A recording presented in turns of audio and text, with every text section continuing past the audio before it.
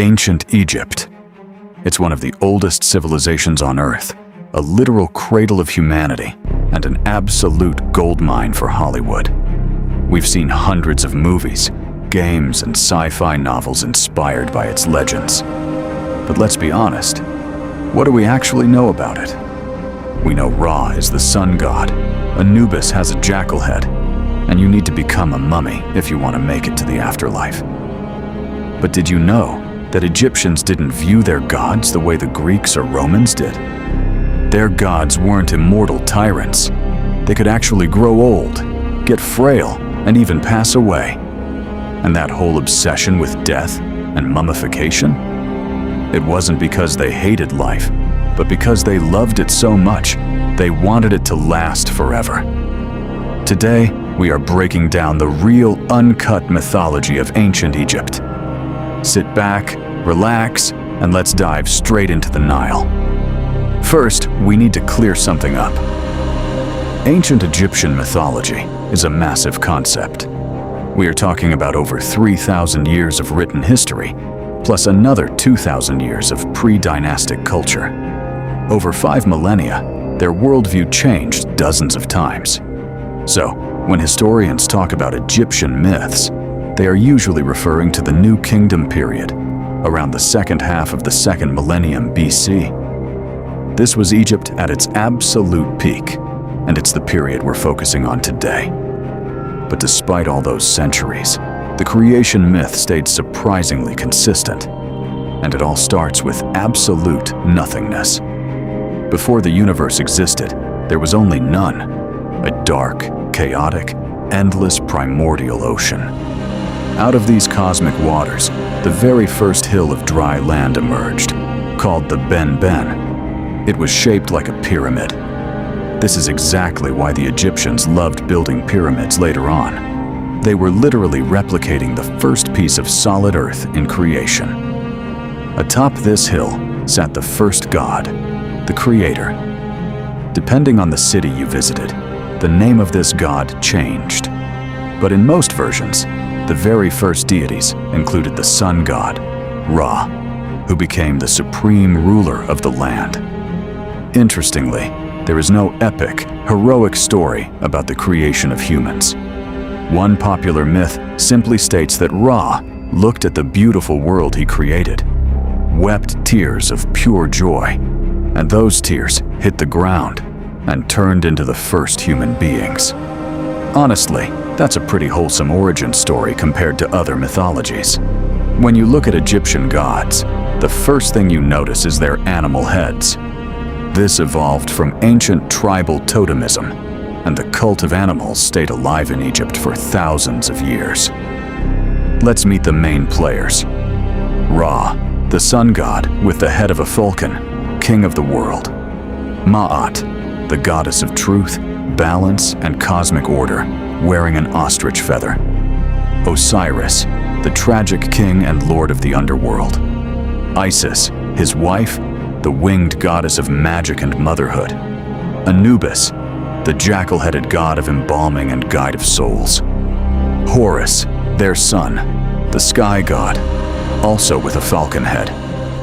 Set, the god of storms and chaos, with a strange, unidentified beast head.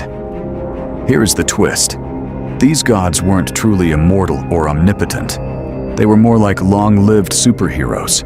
They could bleed, they could be tricked, and they eventually grew old. The myths say the gods used to live right here on Earth, but they left simply because they aged out. Ra became frail, his bones turned to silver, his flesh to gold, and he decided it was time to retire to the heavens, leaving human pharaohs to rule in his place. Also, compared to Mesopotamian or Greek deities, Egyptian gods were actually quite nice. The Nile River flooded predictably and kept the land fertile, so the Egyptians viewed the universe as a harmonious place. Their gods didn't go around destroying cities out of boredom or messing with mortal women to breed demigods. That just wasn't their style. But it wasn't all peace and love. The biggest drama in ancient history was the battle for the throne between Horus and Set. Set was jealous of his brother Osiris, the rightful king. So, Set acted like a classic Disney villain. He murdered Osiris, chopped his body into pieces, and scattered them all over Egypt. Isis, using her powerful magic, tracked down the pieces, brought Osiris back to life just long enough to get pregnant, and gave birth to Horus. Horus grew up, challenged his uncle Set, and after a brutal multi-year war, Horus won, becoming the final divine pharaoh. Fun historical fact: Set wasn't always evil. Originally, he was a god of courage who protected Ra. He only became the ultimate bad guy later in history, after foreign invaders called the Hyksos conquered Egypt and claimed Set as their main god. Once the Egyptians kicked them out, Set became hated as the patron of hostile foreigners. The golden age of gods on Earth officially ended with a massive crisis. When Ra grew old, humans noticed his weakness and started plotting a rebellion to overthrow him. Ra found out, got furious, and unleashed his daughter, Hathor, in her terrifying form. Sekhmet, the lioness goddess of war. Sekhmet went on an absolute rampage, slaughtering humans until the rivers literally ran with blood. Ra quickly realized he had overreacted, but Sekhmet was in a blind bloodlust and wouldn't stop. So, Ra used a brilliant life hack. He dyed thousands of gallons of beer red with pomegranate juice and flooded the fields. Sekhmet thought it was blood, drank it all, got completely wasted, fell asleep, and woke up as the peaceful, loving Hathor again. Crisis averted. But Ra had had enough of humans. He ascended to the sky, and the other gods followed, turning into the stars. With the gods gone, everyday Egyptians focused heavily on what comes next. People today think Egyptians were obsessed with death, but they didn't see death as the end. Your mortal life lasted maybe 50 or 60 years, but the afterlife, that was forever. So, it made sense to spend your whole life saving up to build a proper tomb and get the best mummification package possible. When you died, your soul entered Duat, the Egyptian underworld. And let me tell you, it was a terrifying obstacle course filled with monsters, demons, and lakes of fire. To survive it, you needed a literal cheat code. That cheat code was the Book of the Dead. This was a customized, highly expensive scroll, packed with magical spells, maps, and passwords to get you through the gates of the underworld. It was so essential that middle-class Egyptians who couldn't afford a full scroll would buy a short, economy version and just memorize the rest of the spells while they were still alive to save money. If you survived the monsters, you reached the final boss, the Hall of Ma'at. Here, Anubis would place your heart on a golden scale.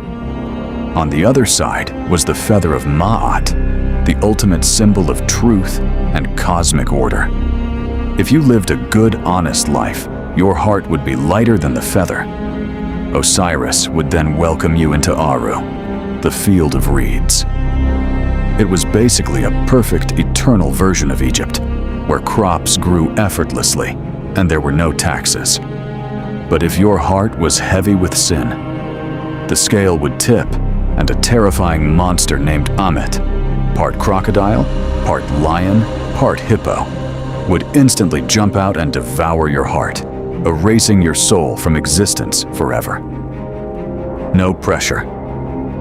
Before we wrap up, let's bust one massive myth that is still floating around today. Back in the 19th century, European historians tried to claim that Egypt briefly became monotheistic, worshipping just one god, and that this inspired the biblical stories. They pointed to Pharaoh Akhenaten, who famously banned all traditional gods in the 14th century BC to worship only the sun disk, the Aten. But modern archaeology has completely debunked this. Akhenaten's religious reform wasn't a spiritual awakening. It was a brutal political move to strip power and money away from the wealthy priests.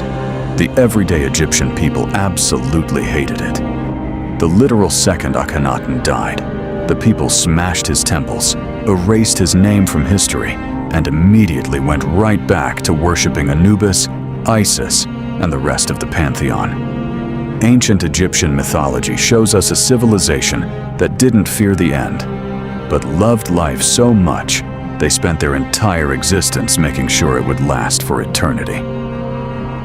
What do you think? Would your heart pass the test against the feather of truth, or would Ammit get a midday snack? Let me know your thoughts in the comments below. Don't forget to hit that like button, subscribe for more deep dives into history, and I'll see you in the next kingdom. Bye, friends.